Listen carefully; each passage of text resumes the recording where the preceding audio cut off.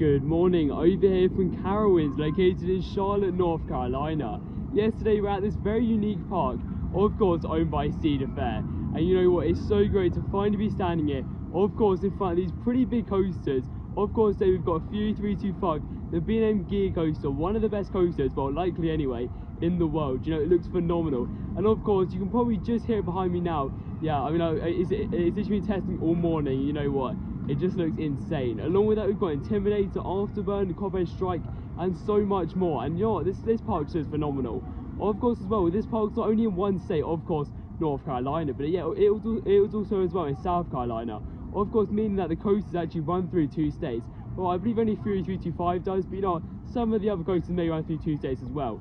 You know, this park looks amazing. Of course, I'm so excited to get inside of it. Yeah, first up, we're of course going to head to Fury 325. So yeah, let's head over there.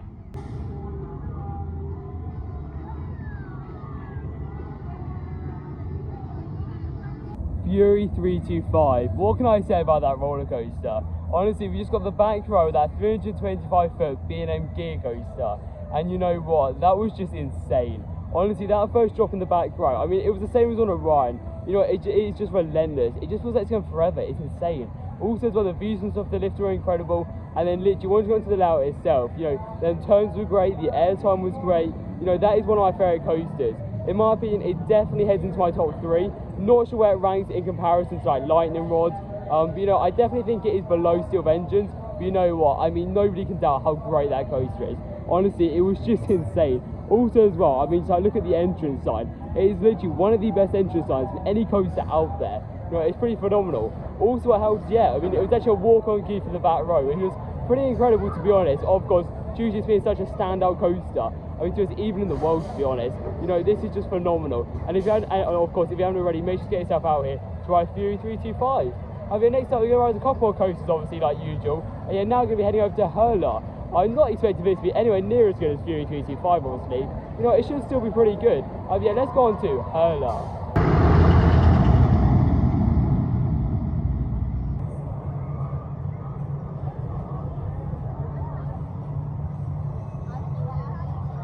So we've just completed 3 more coasters over here at Carowinds. Of course, the first of which being Hurler. You know, that was actually fine, to be honest. And I know a lot of people say it's quite rough. It was a little bit shaky, but you know what? It was actually quite a nice wooden rattle. In my opinion, I actually don't mind that too much. Yeah, for a wooden coaster, I actually thought it was pretty smooth, to be honest. Overall, it was a fun ride, and yeah, that's a very unpopular opinion. But in my opinion, I actually thought it was alright. Right after that, we actually went over to Carolina Cyclone, sorry. And of course that got refurbished, I believe, or maybe just repainted, of course, for the 2022 season.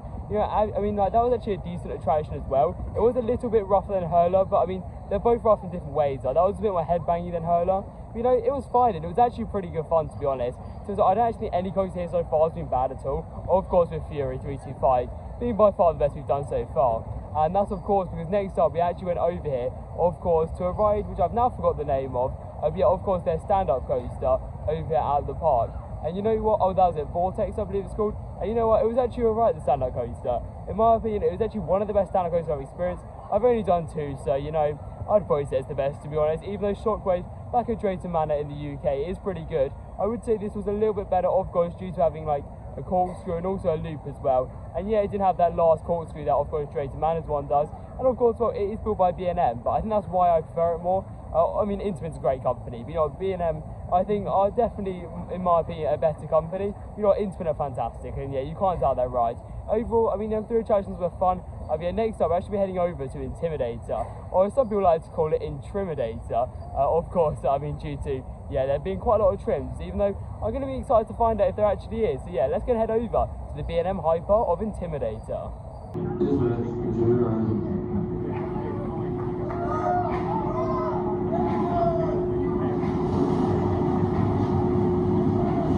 So we've just made our way off Intimidator here at Carowinds. And you know, of course, it is B&M Hyper. And despite sitting in the station for around 20 minutes, you know, it was actually a really fun ride. And yeah, to be honest, that first drop is always great, of course, on a B&M Hyper. And then obviously, yeah, the trims did hit in a little bit. But you know what? The coaster itself was actually really good fun. And of course, every hill we actually did give it like quite a lot of airtime. And yeah, we actually got the 3rd from back row. I'm not sure exactly what row that is. But you know, it was actually pretty good, of course, second to back car. And you know, the airtime's good. In my opinion, I do prefer Diamondback, and of course, I do prefer Fury 325 here in the same park. You know what, it was still a great ride, and yeah, I definitely recommend experiencing it over at Carowinds. The next up is Afterburn. Of course, this is a B&M invert, which looks phenomenal, to be honest. It just looks insane. So yeah, let's head over to, of course, Afterburn.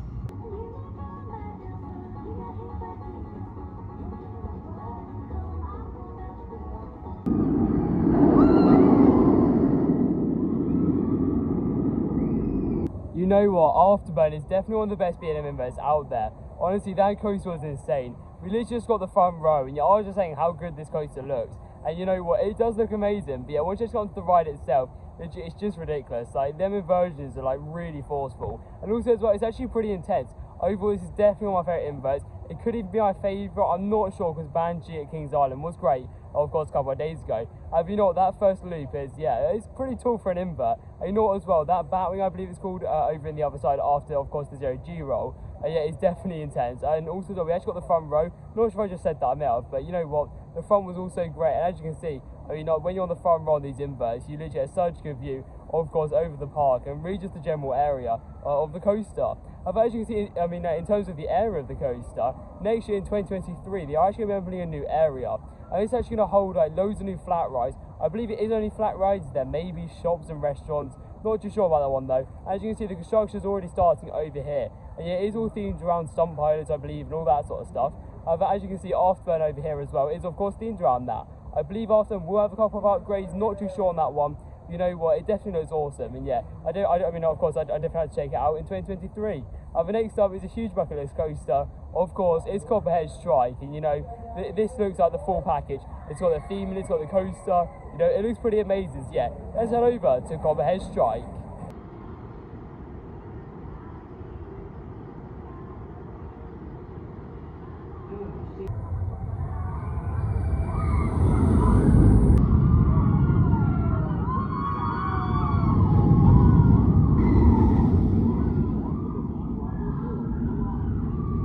Okay, so we've just experienced Copperhead Strike, and you know what, that was actually a really fun coaster. Of course, in terms of the experience itself, in my opinion, it definitely starts from the plaza itself, because as you can see, the entrance sign is pretty crazy. I mean, of course, by the clips I just showed you. And also as well, the queue line's actually really well themed. You know, overall, the queue line and also the plaza itself are actually really nice. Yeah, then you go to the station, you know, just like the queue line plaza, the theme for the station is just as good. Yeah, they actually go to the coaster itself. And as you can hear just behind me, you know what, it's actually a really fun ride. Of course, it's got some great hang time, and I believe this is mainly what the coaster offers, to be honest. You know, the hang time is phenomenal. It's definitely the strongest or the best hang time I've actually experienced. You know what, just like as you can see in a minute, the air time was actually pretty strong as well. And also we actually got the back row, which definitely made for a better experience, I believe. You know what, overall it was actually a really fun ride. In my opinion, it is definitely the weaker of the main four coasters over at Carowinds, with of course the four being Fury 325, Intimidator, of course Afterburn and Copperhead Strike. And you know, it's definitely the weakest of the four. You know, it's still a great coaster, and yeah, definitely something to experience over at Carowinds. However, yeah, now we're going to experience the rest of the coasters that are open here at the park. So yeah, let's go and head around the final few, of course, the final few coasters over at Carowinds.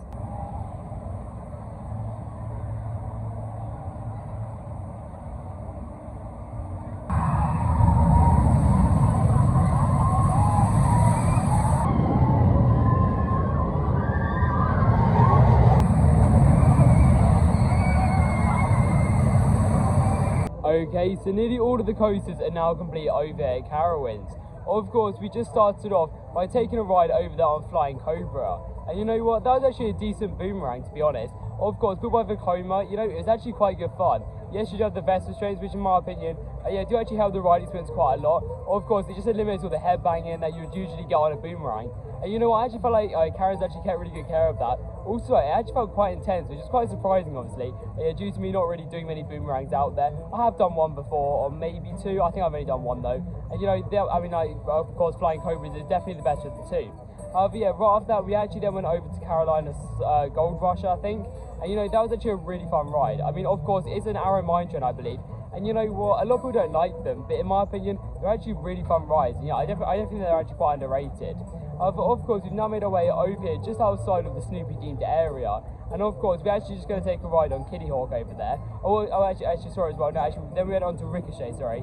And again, that's just a wild mouse. But yeah, it's fun. It was alright, and also the drops were quite good. But yeah, actually, something to point out about Ricochet is the turns are actually really powerful because hiding in the trims were actually trimming. Overall, it was actually a really fun ride. But of course, we've now made our way over here, as I just said, over here near the super themed area. Of course, we're actually going to take a ride in Kitty Hawk, and yeah, really just complete the final few coasters we need to get on. I believe there's still 4 coasters we need to get on.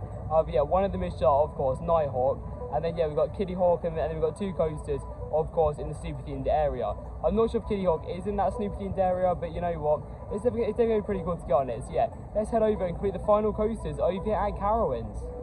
Okay, so we've now completed all but 2 coasters over here at Carowinds, and you know what? They're actually pretty cool. Of course, we just went over to Kitty Hawk. That was a bit, it was fine. It wasn't the best. Of course, it was a little bit headbanging. I actually preferred it to, some of the family coasters I've been on, to be fair. It wasn't as rough as I thought it was going to be. But it was a little bit shaky, and yeah, it just wasn't great. Right after that, we actually went over to one of my favourite family coasters, and that is, of course, Woodstock Express. Of course, it's basically a cloned coaster. Of course, it's only a wooden coaster, but it's actually really good fun. Yeah, we actually got the back row there. The airtime is pretty strong for a family coaster. And honestly, it's actually my favourite rides here at the park. Yeah, right now we're just going to take some re-rides, of course, because we actually didn't get onto one of the coasters due to me being too tall, basically. And of course, the other one, Nighthawk, because, yeah, it's down for the moment. However, you know what, I don't think that's going to be happening for a while now. But yeah, so now we're actually going to take a look in the shops, and of course, just get some more re-rides over here at Carowinds. You know what, it's been a great day so far, and it's an amazing park.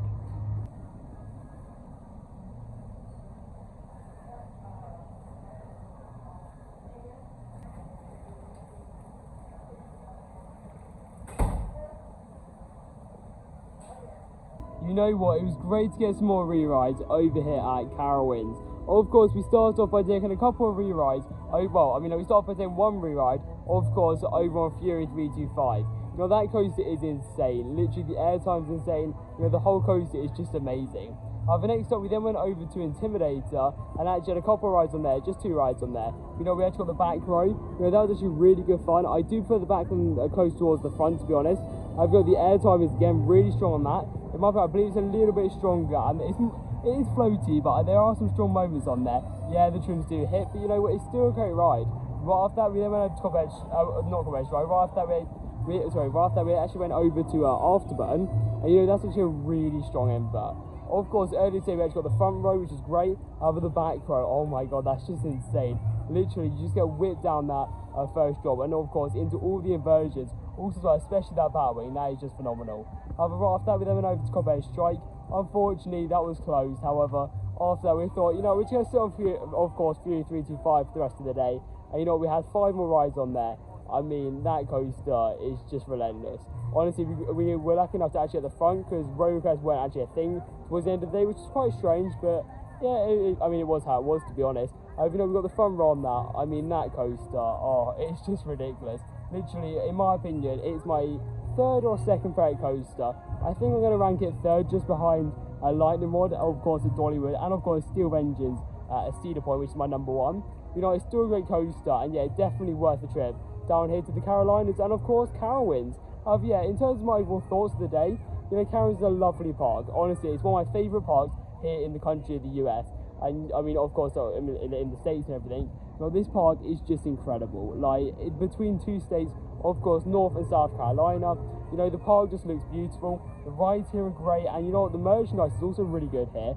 But yeah, something else to point out about the merchandise quickly, which is quite funny. Yeah, the tax is actually more over in North Carolina. So if you actually buy something in North Carolina, of course around the Fury 325 side, you actually pay more for tax than you will over in the southern side, of course where Afterburn is. So if you're going to buy your merchandise, I'd recommend buying it in the southern side, which is quite funny, to be honest, because it's not a lot more, but it is a little bit more. It's also different to point out.